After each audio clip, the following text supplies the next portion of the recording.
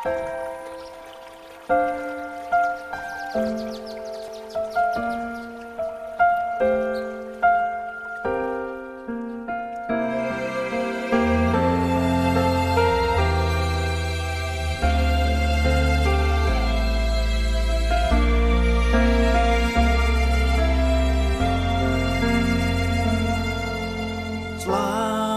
pagi Allah Bapa, selamat pagi Yesus,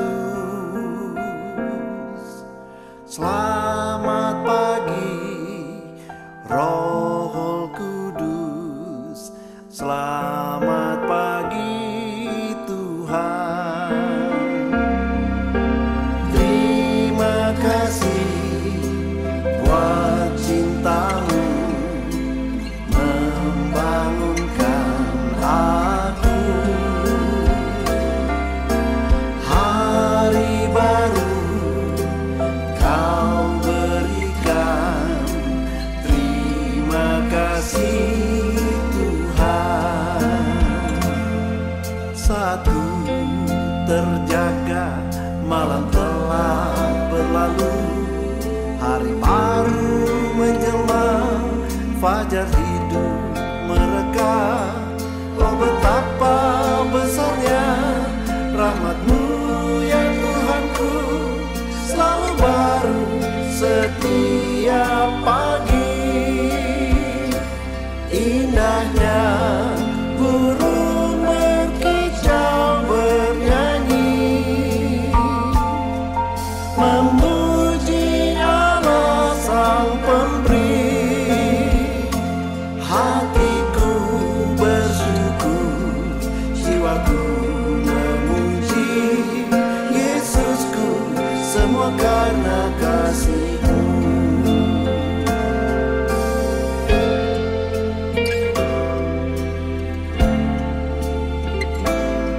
Inilah yang kuperhatikan, sebab itu aku akan tetap berharap kepadanya, bahwa tak berkesudahan kasih setia Tuhan, tak habis-habisnya rahmat-Nya, selalu baru setiap pagi. Besar setia-Mu Tuhan. Terima kasih buat cinta-Mu membangunkan aku. Hari baru kau berikan, terima kasih Tuhan. Terima kasih Tuhan.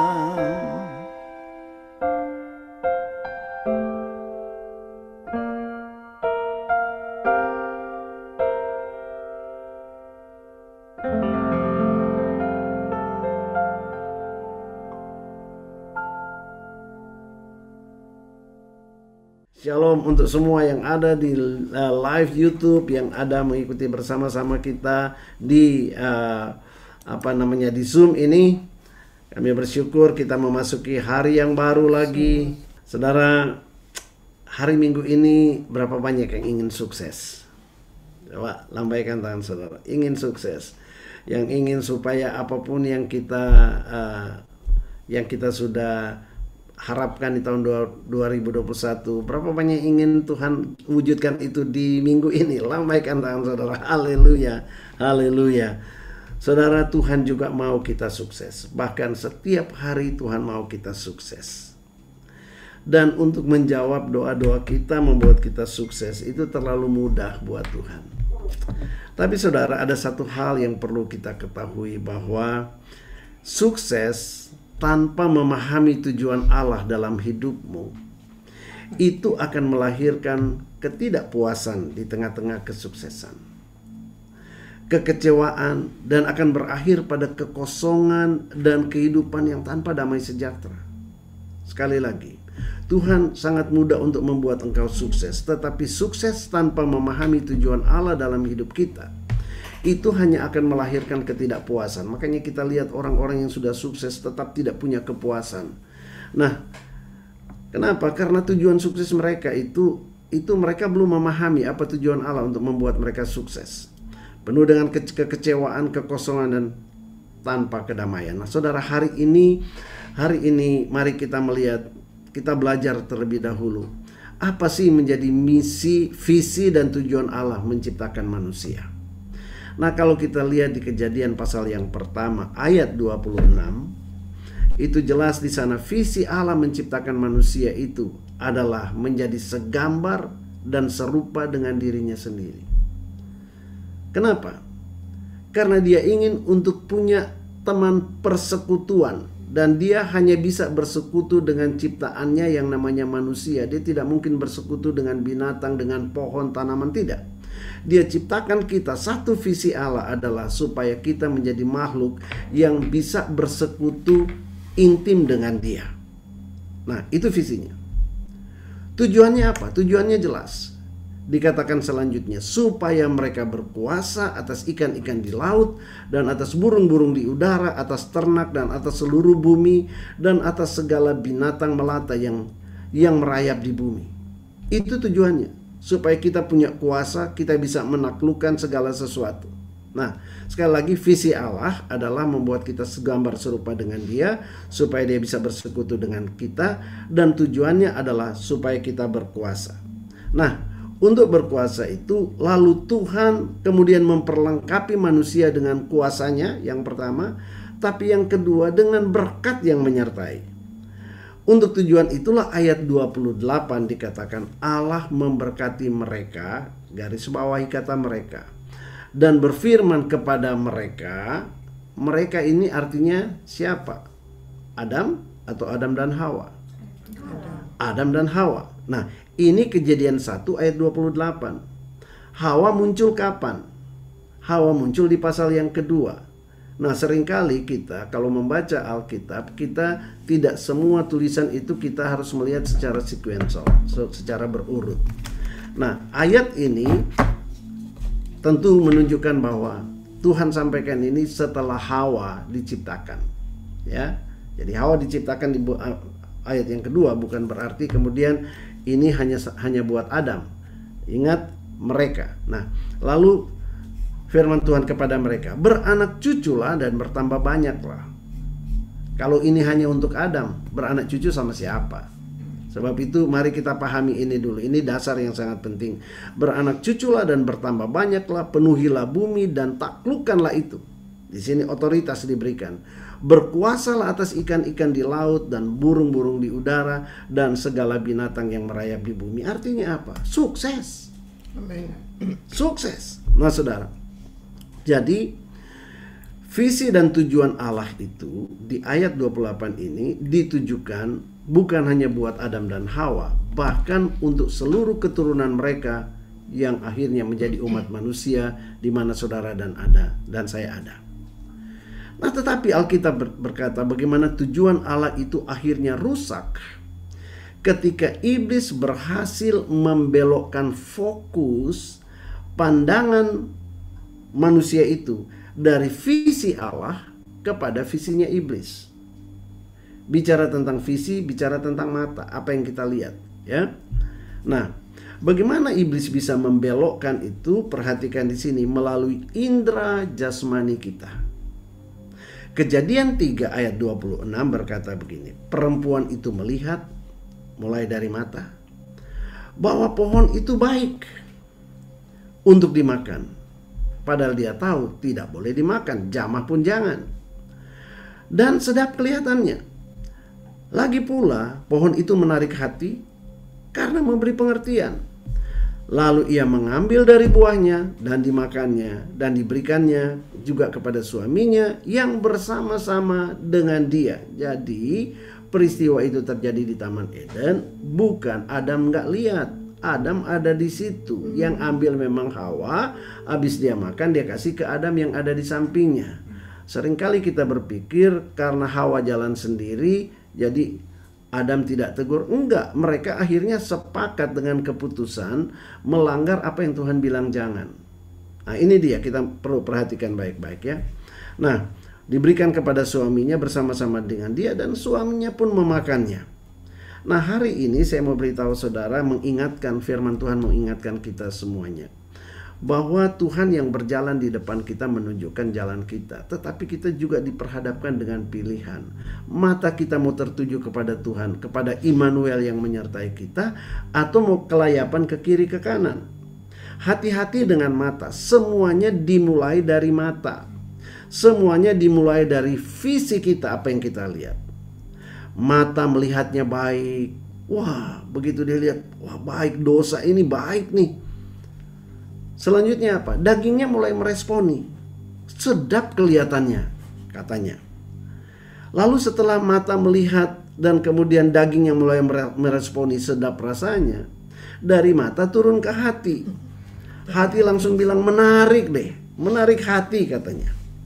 Dan ketika hati sudah tertarik, dari hati itulah yang akan mensuplai pengertian kepada pikirannya untuk membenarkan apa yang sebenarnya dia tahu itu salah.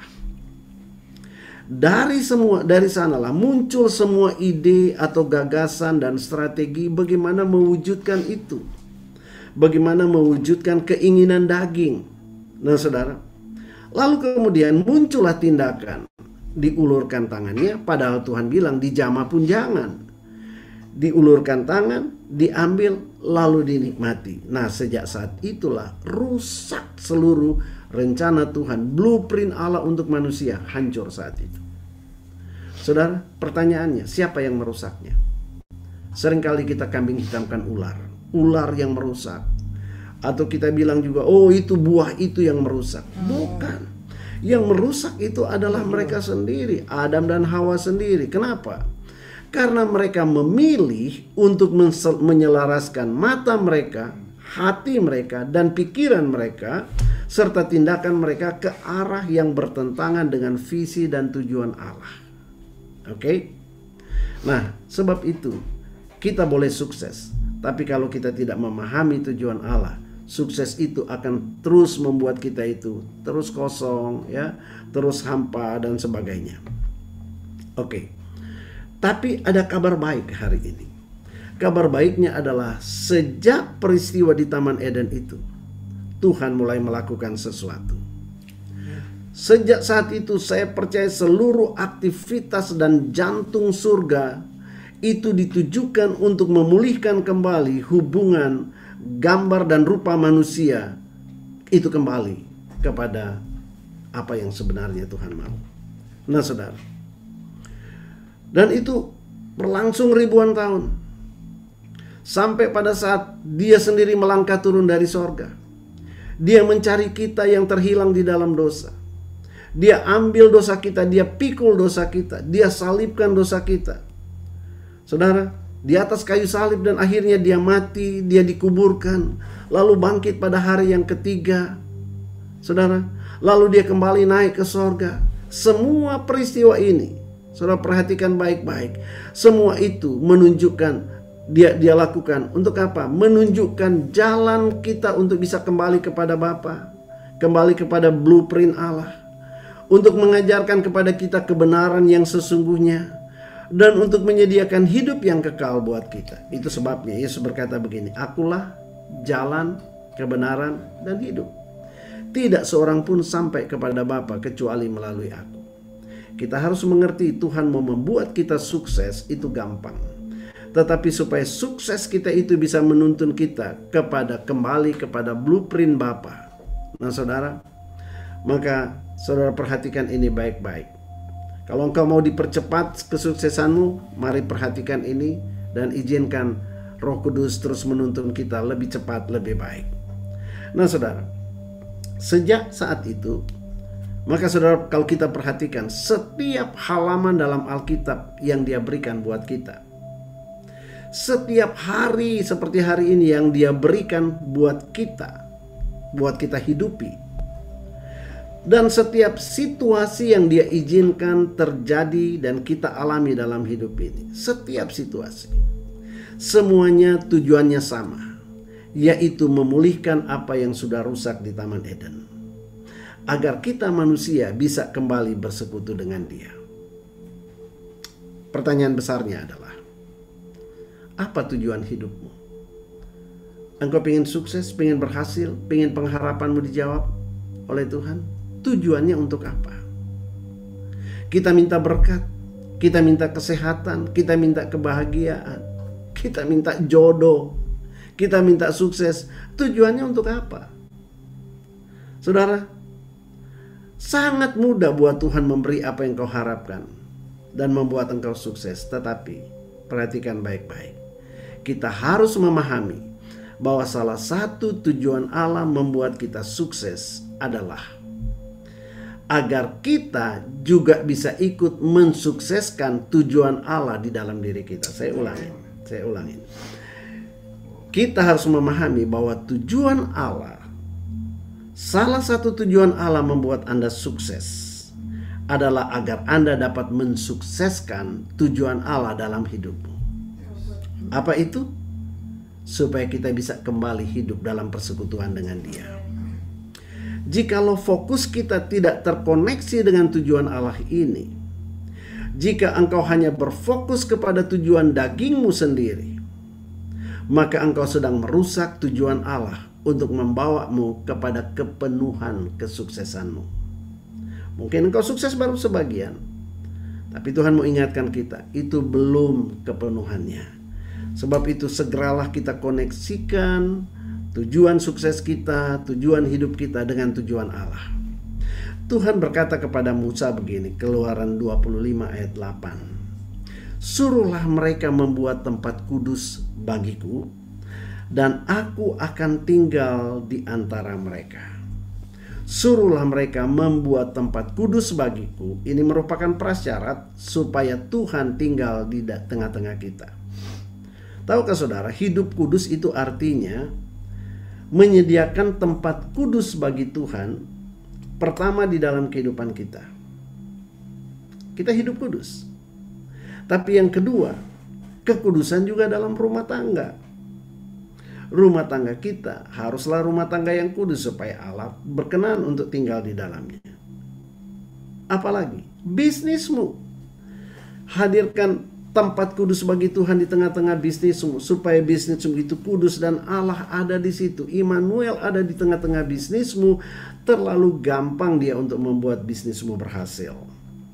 Juga di dalam karirmu, mari cek apakah ada tempat kudus di dalam karirmu, ataukah sementara engkau berkarir, engkau berkompromi juga dengan apa yang lebih menarik hati, yaitu tawaran dunia ini. Saudara, kalau engkau mau sukses dan kesuksesanmu itu terkoneksi dengan tujuan Tuhan, maka saya percaya, jangankan minggu ini, hari ini pun juga engkau bisa meraih sukses itu. Dalam pergaulanmu juga demikian. Bergaulah dalam kekudusan, supaya dengan demikian Tuhan hadir, Tuhan mau berkenan tinggal di dalam pergaulanmu. Saudara, maka dia akan tinggal dalam seluruh aspek kehidupan saudara, dan dia akan membuat engkau berhasil. Seringkali kita berpikir, Tuhan, kenapa aku sudah ikut doa pagi, aku belum mengalami sesuatu. Hari ini Tuhan mau ingatkan kita, saudara, apakah engkau sudah siapkan tempat kudus Tuhan di dalam kehidupanmu? Saya sangat percaya bahwa Tuhan itu tidak pernah berdusta. Persoalannya dia tunda, kenapa? Dia tunda supaya engkau adjust dulu tujuanmu, tujuan hidupmu, tujuan suksesmu, tujuan daripada pengharapanmu itu engkau arahkan dengan tujuan Tuhan. Satu tujuan Tuhan, supaya melalui suksesmu itu engkau ikut sukseskan tujuan Allah dalam hidupmu, yaitu hidup intim dengan Tuhan, dalam persekutuan dengan Dia. Yesus akan segera datang kembali. Yang dia jemput bukan orang Kristen, tapi yang dia jemput adalah mempelainya. Siapa mempelainya? Tentunya orang yang mempersiapkan hidupnya kudus, tidak bercacat di hadapan Tuhan. Sementara dia belum datang, dia akan mendandani kita. Saya sangat percaya dia akan mendandani kita. Dengan apa? Dengan apa yang diberikan kepada Adam dan Hawa yang sudah pernah hilang, yaitu kemuliaan Tuhan. Dia akan kembalikan kepada kita kuasa, otoritas untuk kita menguasai ciptaan-ciptaan yang lain. Dia akan kembalikan kepada kita. Supaya apa? Supaya kita didandani menjadi mempelai Kristus. Tundukkan kepala saudara. Kita akan berdoa. Tuhan Yesus, pagi hari ini Engkau sudah berfirman buat kami. Engkau kenal kami Tuhan. Engkau tahu apa yang menjadi kerinduan kami, apa yang menjadi kebutuhan kami. Kami bersyukur Tuhan, karena Engkau mengingatkan kami kembali kepada basic penciptaan Tuhan. Visimu dan tujuanmu dalam hidup kami Tuhan Yesus. Yang kami tidak tahu, kami tidak sadar seringkali. Mata kami tidak tertuju lagi kepada visimu, tetapi kepada visi dunia ini. Sehingga hidup kami tidak lagi tertuju kepada tujuanmu Tuhan, tapi tertuju kepada ego kami sendiri. Sekarang Tuhan, firman-Mu sudah kami dengar, bahwa hanya ketika kami selaraskan visi dan tujuan hidup kami dengan tujuan utama Tuhan, kami tahu Tuhan, hanya lewat itu semuanya Engkau merestorasi hidup kami.